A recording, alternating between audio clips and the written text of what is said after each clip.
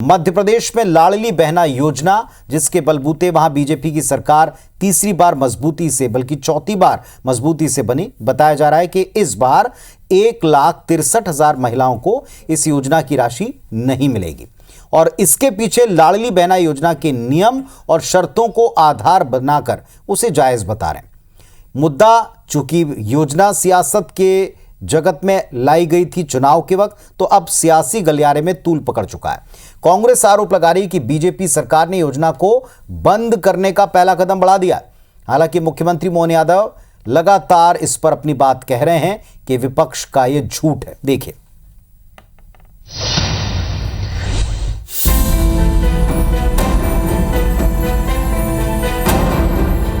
2025 को शुरू हुए 10 दिन बीत चुके हैं, लेकिन महिलाओं का इंतजार अब भी बाकी है। बहनों को इंतजार है नए साल की पहली लाडली बहना योजना की किस्त का। लेकिन खबर यह है कि लाडली बहना की 1,63,000 महिलाओं को इस बार 1,250 रुपए की किस्त नहीं मिलेगी। इसके पीछे योजना के नियम और शर्तों को आधार बताया जा रहा है, जिसके चलते ये महिलाएं अपात्र हो गई हैं।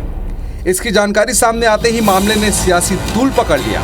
पूर्व सीएम कमलनाथ ने एक्स पर लिखा, ऐसा लगता है कि भाजपा लाडली बहना योजना समाप्त करना चाहती है। चुनाव से पहले जो भाजपा लाडली बहनों को 3,000 रुपए प्रतिमाह देने का वादा कर रही थी, अब 1,63,000 बहनें इस योजना से बाहर कर दी गई। वहीं सम्मान की राशि बढ़ाने की जगह लगातार लाडली बहनों की संख्या घटाई जा रही है। महिला एवं बाल विकास विभाग के मुताबिक योजना के लिए पात्र 1,26,00,000 महिलाओं में से 1,63,000 महिलाओं की उम्र या तो 60 साल से ऊपर हो चुकी है या फिर उनका निधन हो गया है, जिसके चलते उनके नाम सूची से हटाए गए हैं। सीएम डॉक्टर मोहन यादव ने भी कमलनाथ के आरोपों पर पलटवार करते हुए कहा कि योजना जारी रहेगी और अपात्र हुई महिलाओं को दूसरी योजना का लाभ दिया जाएगा। लगातार हम दे रहे हैं। हमने कोशिश की है कि बहनों के लिए जितना बन पड़ेगा और भी अलग अलग रोजगार के साधन खड़े करते हुए उनको और भी मौका दे रहे हैं। और कुल मिलाकर के हमारी सबकी भावना है कि हमारी बहनों के सशक्तिकरण में हमारे त्योहारों को भी जोड़ रहे हैं। इसलिए मकर संक्रांति के पर्व के अवसर पर हमने युवा शक्ति मिशन में युवा के साथ साथ बहनों को भी जोड़ने का प्रयास किया। एमपी में लाडली बहना योजना की शुरुआत साल 2023 में एमपी विधानसभा चुनाव से पहले की गई थी। तब से लेकर अब तक इसकी 19 किस्तें जारी हो चुकी हैं। पात्रों को 20वीं किस्त का इंतजार है। बहरहाल लाडली बहना योजना को लेकर कौन सच बोल रहा है और कौन झूठ, ये तो जनता ही तय करेगी। भोपाल से साक्षी त्रिपाठी के साथ ब्यूरो रिपोर्ट, IBC 24। तो बड़ी बात यह कि विपक्ष बार बार जितने नाम कटते हैं और अगर उनकी संख्या लाखों में है, तो फिर ये कह रही कि दरअसल ये दायरा घटाया जा रहा है धीरे धीरे करके, जैसा उनका आरोप था पहले चुनाव के कि चुनाव निपट जाने के बाद योजना को बंद करेंगे। दूसरी तरफ नियमों का हवाला देकर के अन्य योजनाओं में उनको जोड़ने का तर्क है। अब ये लाडली बहनों को ही तय करना है कि क्या तर्क जमीन पर सच है, क्योंकि वे बेहतर जानते हैं उनके खिलाफ कौन सा नियम जाता दिख रहा है। लाडली बहना योजना के पीछे दरअसल एक पूरा वोट बैंक है और वोट बैंक का गणित है। चलिए अब जरा इस गणित के जरिए इस योजना की अहमियत और क्यों इस पर इतनी बहस है, यह समझिए। मध्य प्रदेश से शुरू हुई लाडली बहना योजना चुनाव दर चुनाव बीजेपी का एक टेस्टेड सक्सेस मंत्रा बन चुका है।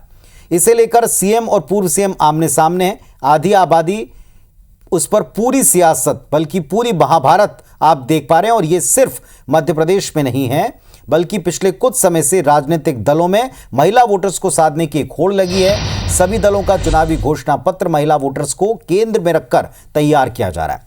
हाल ही में जो अभी दिल्ली के चुनाव हो रहे हैं, ये आपके सामने है। दिल्ली में फिर वही बात, महिलाओं को सबसे पहले फोकस में रखकर योजना लाई गई।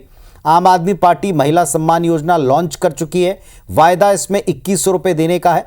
वहीं दिल्ली कांग्रेस पार्टी ने प्यारी दीदी योजना उसके जवाब में लेकर आए, 2500 रुपए महीना देने का वायदा है। चर्चा तो यह भी है कि बीजेपी जब अपना मैनिफेस्टो लाएगी, जो अब तैयार हो रहा है, वो मध्य प्रदेश और महाराष्ट्र की कामयाबी के बाद ऐसी किसी योजना को सबसे पहले लाएगा, ऊपर रखेगा। लाडली बहना योजना जैसी कोई ना कोई योजना उसमें जरूर होगी। इस पूरी कवायद के पीछे दरअसल आप चुनाव के आंकड़े देखें, सफलता के आंकड़े देखें। एक रिसर्च कहती है कि महिलाओं का ध्यान रखना फायदेमंद होता है। उनको ध्यान में रखकर स्कीम लागू की गई है। वोट देने वाली महिलाएं 5 गुना इस योजना के बाद बढ़ गईं। चाहे महाराष्ट्र क्यों ना हो, महाराष्ट्र जैसे स्टेट में जहां महिलाएं जिन इलाकों में बाहर वोट नहीं करती थी, वो भी इस तरह की स्कीम्स अगर सरकार लॉन्च करती है तो लाभ के बाद घर से बाहर आकर वोट करती हैं। इससे वोट प्रतिशत भी सुधरता है और इससे सीधे सीधे पार्टियों को फायदा भी हुआ है। महाराष्ट्र में देखें, लाड़की बहन योजना जो है इसमें 52.8 लाख की वृद्धि हुई है।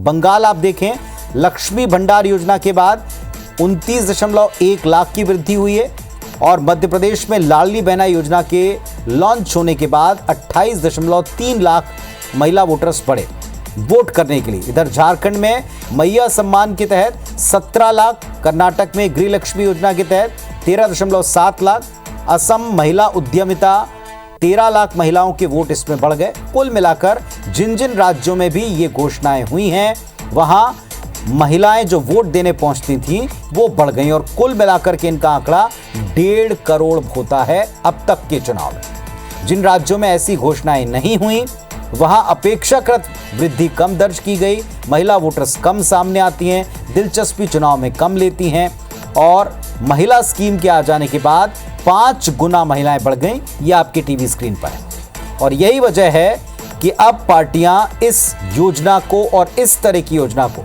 सबसे पहले अपने मैनिफेस्टो में ऊपर रखती हैं, चाहे वो पक्ष की हो या विपक्ष की, चाहे सरकार बनाए रखनी हो या सरकार में लौटना हो।